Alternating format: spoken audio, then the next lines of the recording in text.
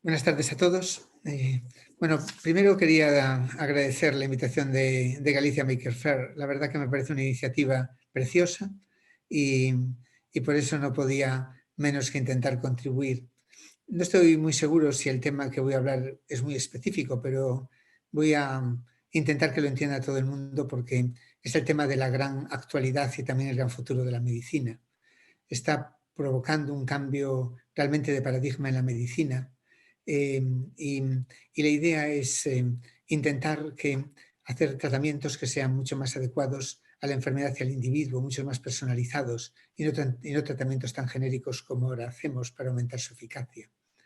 Pero permitidme que comience la historia y contaros que todo esto que se habla hoy día, que es la medicina personalizada o de precisión, muchas veces se habla de forma conjunta, medicina personalizada y de precisión, es realmente algo que la medicina lleva haciendo todo el tiempo, pero que ha cobrado especial protagonismo en los últimos años por la presión seguramente del sector farmacéutico, porque la industria farmacéutica está teniendo un problema.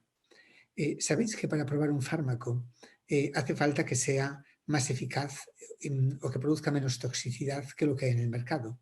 Los fármacos son aprobados por agencias reguladoras. En Europa la agencia reguladora es la EMA, la Agencia Europea del Medicamento. Los fármacos también sabéis todos que pasan varias fases de desarrollo y que producir un fármaco es un proceso que lleva muchos años y mucho trabajo y muchísima inversión, que parte de una idea en preclínica y después se hacen distintas fases clínicas de desarrollo que ahora están muy de actualidad con todas las vacunas para la COVID. Producir un fármaco siempre fue difícil, pero últimamente lo es más porque cada vez hay como menos ideas para fármacos y el número de fármacos que se está produciendo está costando más trabajo. Pero fármacos que llegan a fase final está costando trabajo y antiguamente era debido a problemas de toxicidad que tenían los fármacos. Se caían mucho por problemas farmacocinéticos. Pero hoy día no os podéis imaginar qué maravillas hacen los químicos y pueden modificar moléculas para hacerlas más drogables. Y los problemas de toxicidad y de farmacocinética cada vez son menores. Sin embargo, el gran reto y el gran problema es la falta de eficacia. Es muy difícil conseguir un fármaco que sea más eficaz que lo que hay en el mercado. Hemos llegado como a un plató de eficacia del orden del 55%, que es muy difícil de subir para la mayor parte de los grupos de enfermedad. Otro problema que no es baladí son los efectos adversos a los fármacos. Es un problema muy importante de salud, mucho más importante de lo que la gente se piensa. Representa una causa muy importante de mortalidad y morbilidad. Está entre la cuarta y sexta causa de muerte en los países desarrollados y representa además un enorme gasto sanitario y un porcentaje importante de los ingresos en los hospitales. Es un problema más grande que la gente piensa y no solamente es cáncer. Y me diréis, ¿y esto por qué? Seguramente tiene mucho que ver con la paradoja que llamé en su día del desarrollo de los fármacos modernos, porque se aprueban en ensayos clínicos en poblaciones, en grupos muy grandes de personas. Y lo que hay que ver es si eso es más eficaz o más seguro en grupos muy amplios. Pero los médicos no tratan grupos, no hacen ensayos clínicos, tratan personas, tratan pacientes que varían individualmente enormemente en su respuesta al fármaco. Muchas veces porque ellos ya son distintos en sí mismos, los pacientes, otras veces porque la enfermedad no es homogénea. Que los individuos seamos distintos es parte de la ley de la vida. No somos una especie especialmente variable, pero tenemos variabilidad. La variabilidad, como ya decía hace más de un siglo William Osler, es la ley de la vida. Y es una consecuencia del diseño de la vida en la Tierra. Desde que comenzó la primera molécula de ADN en la Tierra, que originó toda la vida que hay hoy día en la Tierra, ha habido tres fuerzas que han llevado a todo esto y que han originado todo lo que fue la evolución y la diversidad que existe, que ha existido en la Tierra y que existe actualmente entre especies y entre individuos de la misma especie.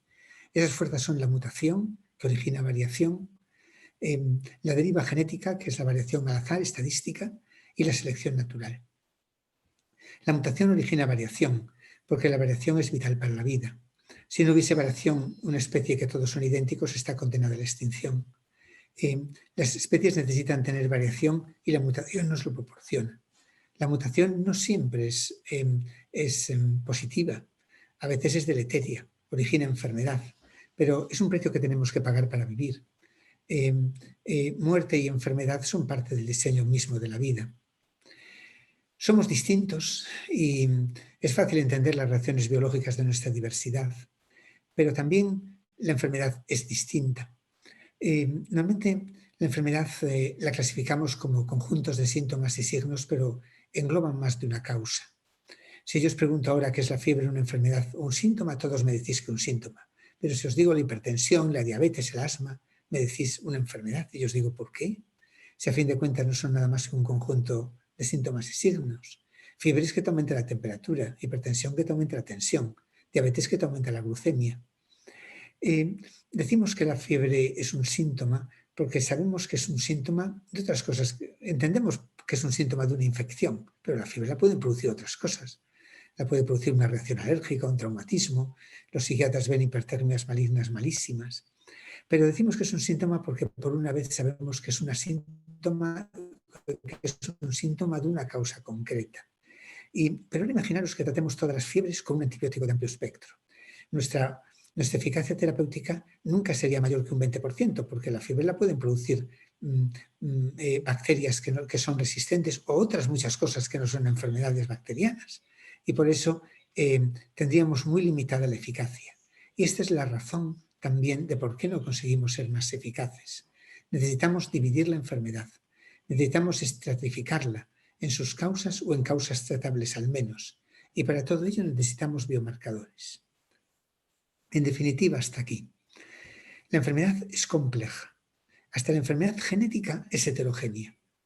La enfermedad más que parece que es menos compleja es muy compleja, y no digamos la enfermedad común.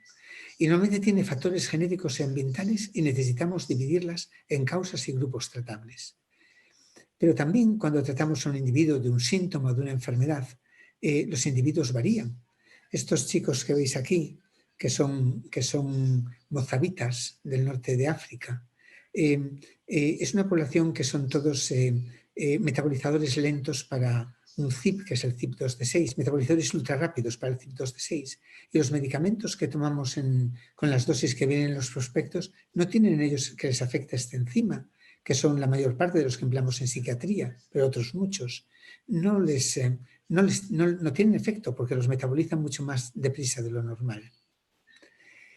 Necesitamos, pues, para poder personalizar tratamientos y para poder que estos sean más eficaces en un individuo, necesitamos, pues, biomarcadores, y los que más desarrollados están son los biomarcadores genómicos. Y todo el proceso envuelve 3 fases. Primero, descubrirlos. Segundo, tienen que ser aprobados. Y tercero, tienen que ser trasladados al entorno clínico. Y realmente, para descubrirlos, necesitamos, estos biomarcadores genómicos, necesitamos tecnologías. Y la tecnología estrella, sin duda alguna, es la secuenciación de ADN. La secuenciación de ADN es un invento ya muy antiguo. Este señor que veis aquí, que es Fred Sanger, descubrió la secuenciación de ADN y por ello recibió su segundo premio Nobel de Química hace casi 50 años. Gracias a él se pudo desarrollar el proyecto Genoma Humano. La secuenciación que él diseñó todavía sigue siendo el golden standard en secuencia, pero es una secuenciación muy lenta. Realizar el proyecto Genoma Humano se tardó 12 años en conseguirlo, con muchos investigadores de muchos países del mundo. Hoy día, como sabéis, ha habido una revolución en las técnicas de secuenciación y se ha implementado lo que se llama la secuenciación de nueva generación, que ha sido una revolución, que permite secuenciar grupos de genes o genomas completos de una manera rapidísima y económica. Hacer hoy día un genoma completo, que son 3.300 millones de pares de bases, 3.000 es un libro como la Catedral de Santiago, como la Torre de Hércules, se puede hacer por 400 o 500 euros. Claro, necesitamos estructuras tecnológicas importantes, necesitamos también una gran capacidad de computación y necesitamos también una gran capacidad de bioinformática y muchas herramientas bioinformáticas para poder realizar los análisis. Pero está produciendo una revolución en la estratificación de la enfermedad y en el entendimiento de las causas de las enfermedades genéticas o de las enfermedades con componente genético. En las enfermedades genéticas es obvio. Muchas enfermedades genéticas se están pudiendo diagnosticar, pero incluso en enfermedades comunes como la que veis aquí, que es el autismo. Es una enfermedad compleja, pero muy genética, y podemos identificar hasta en un 30% aproximado de los casos la causa genética que subyace. Y utilizando secuenciación de genomas y de exomas, podemos encontrar hasta más de 100 genes causales que las explican. Esto está siendo muy, muy importante para el diagnóstico y para poder predecir comorbilidades y para poder anticiparnos a otros problemas que la gente que la sufran puedan tener y para poder hacer consejo genético. Y la verdad que está teniendo un impacto enorme esta nueva medicina genómica en lo que es el diagnóstico de enfermedades raras. Esperamos, o los objetivos que tenemos es que gracias a estas tecnologías que conllevan varios tipos de saberes, por una parte biotecnologías y estructuras de secuenciación y robótica, segundo bioinformática y capacidad de computación, y tercero expertos clínicos que puedan hacer la asociación de toda la información. Pero estamos diagnosticando ya mucho mejor que antes y los objetivos de ISDIC es que el 90% de las enfermedades raras, que son en su gran mayoría genéticas, se pueden diagnosticar en un año a partir de los síntomas en el año 2027. Y en un laboratorio como el nuestro tenemos casi más de 20.000 diagnósticos genéticos por año. También está, gracias a que vamos entendiendo cuáles son los genes causales y lo que hay detrás, y gracias a tecnologías de edición genética, cada vez se pueden hacer más terapias dirigidas y terapias para enfermedades raras. Se espera también que se puedan incrementar en un factor de por 20 en hasta más de 1.000 nuevos tratamientos hasta el año 2027. Actualmente ya hay unos centenares de tratamientos dirigidos específicamente a enfermedades raras. También la secuenciación de nueva generación está produciendo una revolución muy importante en el entendimiento del cáncer. Y en este sentido hubo varios proyectos internacionales, quizá el más importante fue el Consorcio Internacional del Genoma del Cáncer, que de una manera muy parecida a lo que se hizo en el proyecto Genoma Humano, lo que se hicieron fueron secuenciar el genoma de distintos cánceres por varios países. España participó, que no había participado en el proyecto Genoma Humano, secuenciando el genoma de la leucemia linfocítica crónica. Esto ha sido muy importante porque el cáncer lo que son mutaciones que empiezan por unas mutaciones en unos genes y se va haciendo una selección clonal y apareciendo más y más y más mutaciones. Cánceres muy agresivos pueden acumular hasta más de 100.000 mutaciones somáticas. El entendimiento de esas mutaciones es vital para poder entender lo que pasa y para poder hacer terapias dirigidas. Hay un montón de biomarcadores en cáncer que hay que utilizarlos, que ya son terapias completamente dirigidas. Por ejemplo, uno de los primeros fue el Glivec, el Mitanib, que es para leucemia mieloide crónica, para una translocación, que es un medicamento, uno de los primeros fármacos inteligentes que van específicamente para este problema. Ahora, por ejemplo, se utilizan los inhibidores del PARP para solucionar problemas por mutaciones en BRCA. Cada vez entendemos más los genes implicados y podemos diseñar anticuerpos monoclonales como anti-EGFRs o hacer terapias dirigidas de varios tipos o incluso pronosticar qué pacientes van a ir bien o van a ir mal para poder hacer unas terapias y otras.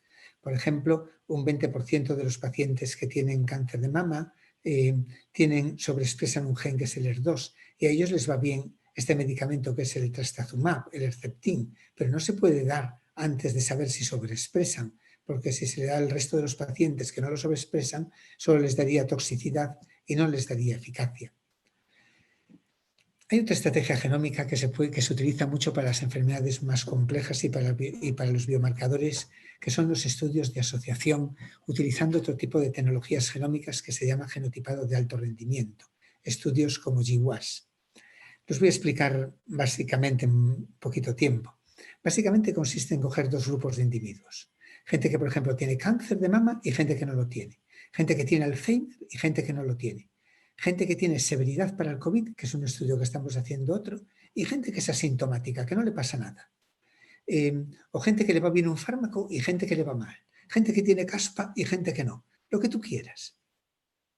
En casi todo hay algo genético. A veces mucho o a veces poco. Pero ese conocimiento genético suele ser fundamental para poder estratificar, entender lo que pasa, buscar dianas y para poder hacer predicción de riesgo. Y lo que hacemos es coger un número grande de individuos. Por ejemplo, en nuestro proyecto de COVID estamos cogiendo 20.000 individuos. Imaginaros 10.000 que tuvieron que ir al hospital y 10.000 que fue asintomático muy leve. Y en ellos analizamos 1.000.000 de marcadores genéticos, un millón de letras que llamamos SNPs. Pero imaginaros que estoy diciendo que tengo que analizar el ADN de 20.000 pacientes, que es un trabajo enorme para recogerlo, y después tengo que hacer en cada uno 1.000.000 de marcadores genéticos. En unos pocos meses, que es este estudio, tengo que producir 20.000 millones de marcadores genéticos. Esto solamente se puede hacer en centros como el que tenemos en España, que es el Centro Nacional de Genotipado y que coordino yo, que tenemos 2 laboratorios, uno en Madrid y otro en Santiago, y donde hacemos estos análisis masivos para todos los investigadores españoles. Y buscamos esas letras que están asociadas al problema y que nos permiten predecirlo, encontrar el gen asociado, poder saber cómo les va a ir a la gente, entenderlo y buscar, como os digo, dianas para fármacos. Y gracias a todo esto, hoy día, en casi la mitad de los fármacos que utilizamos, hay ya biomarcadores de respuesta tanto de eficacia como de efectos adversos y que en algunos casos son obligatorios. En la ficha técnica del medicamento viene que hay que hacerlo antes de dar el fármaco y que muchos son aconsejables o informativos. Pero la evolución en esto está siendo enorme, rapidísima y nos está costando un poquito más de trabajo la traslación y la organización, la traslación a la práctica clínica, porque son conocimientos complejos que van muy lento. Y el futuro es todavía más complejo, porque os estoy hablando de marcadores genómicos, pero también hay otros muchos marcadores. Hace falta, hay imagen, hay datos analíticos, hay cada vez más marcadores de otras tecnologías como la proteómica o la metabolómica. Y ¿va a ser capaz un médico de poder entender todo esto e integrarlo? Seguramente por sí solo no. Seguramente no va a haber más remedio que desarrollar al mismo tiempo modelos matemáticos y que a través de apps puedan ser capaces de manejar toda esta información y puedan hacer diagnósticos más certeros y orientar los tratamientos mucho mejor. Pero deciros que esto ya es una realidad que afecta a los fármacos, que afecta a muchísimos fármacos, es una realidad en el día a día y que va a venir muy acelerada, muy deprisa gracias al desarrollo de una serie de proyectos internacionales. Quizá los más ambiciosos es el proyecto de 1.000.000 de genomas, es una iniciativa europea ligada al Digital Day, que pretende que tengamos acceso analizados 1.000.000 de genomas de ciudadanos europeos con datos clínicos incorporados para que podamos progresar muchísimo en medicina personalizada. Es una iniciativa muy importante que España está también potenciando especialmente a través del lanzamiento de una convocatoria que se llama Impact, que acaba de salir y que se resolverá antes del fin de este año, con la idea de hacer una gran cohorte poblacional, en ella analizar muchísimos datos clínicos de laboratorio, genómicos, y después trasladarlo a la clínica en otro programa de medicina genómica para poder, como os digo, avanzar aún más en la medicina personalizada de precisión, que podamos ser mucho más eficaces en nuestros tratamientos, que la gente se pueda curar y que podamos hacer una medicina mejor. Y os dejo más con todo mi grupo, que lo tenéis aquí, del que estoy súper orgulloso, que son los que hacen todas estas cosas. Este soy yo, aquí el bardo, que ya me tengo que ir callando porque ya dije que iba a hablar 20 minutos, llevo 19 y me gusta ser muy estricto con los tiempos. Y nada más, muchas gracias a todos por vuestra atención. Un abrazo grande.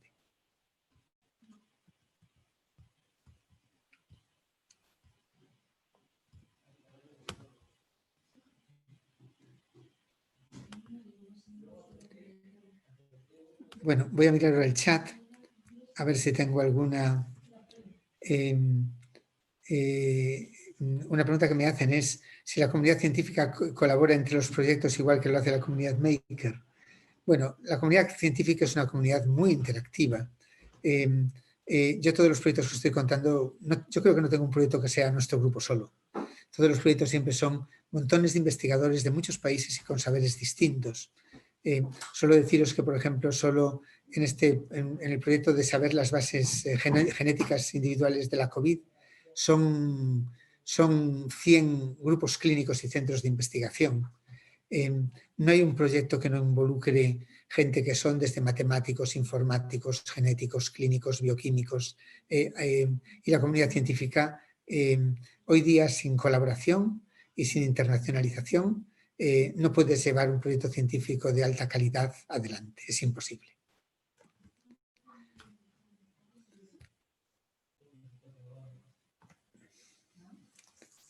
Sí, me preguntan también si el Open Data, compartir la información, es algo común en nuestro sector o no se comparten datos de investigaciones. No solo es común, es vital.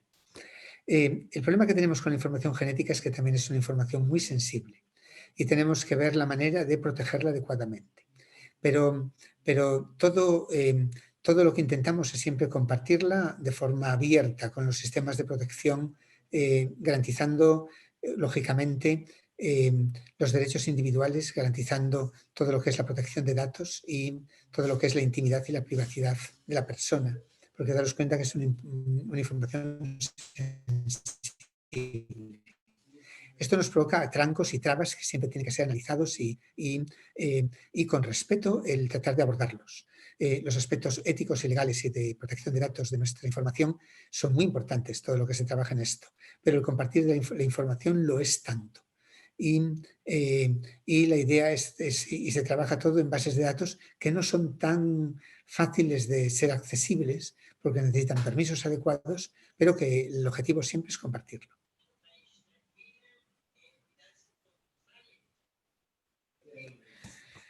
No sé nada de biohacking, es un tema que me preocupa. No sé muy bien con los sistemas de protección disociando de la información. Bueno, sí podría tener un interés económico y me preocuparía que se pudiese hacer. Hay gente que lo podría hacer por intereses económicos. La información que ahí se genera es una información obviamente valiosa.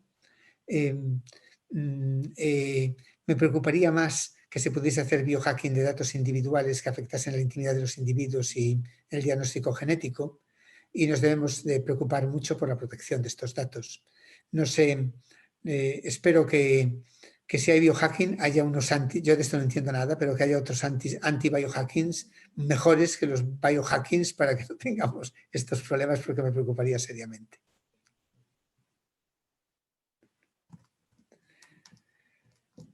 Bueno, pues nada más. Pues muchas gracias por vuestra atención y un abrazo fuerte a todos.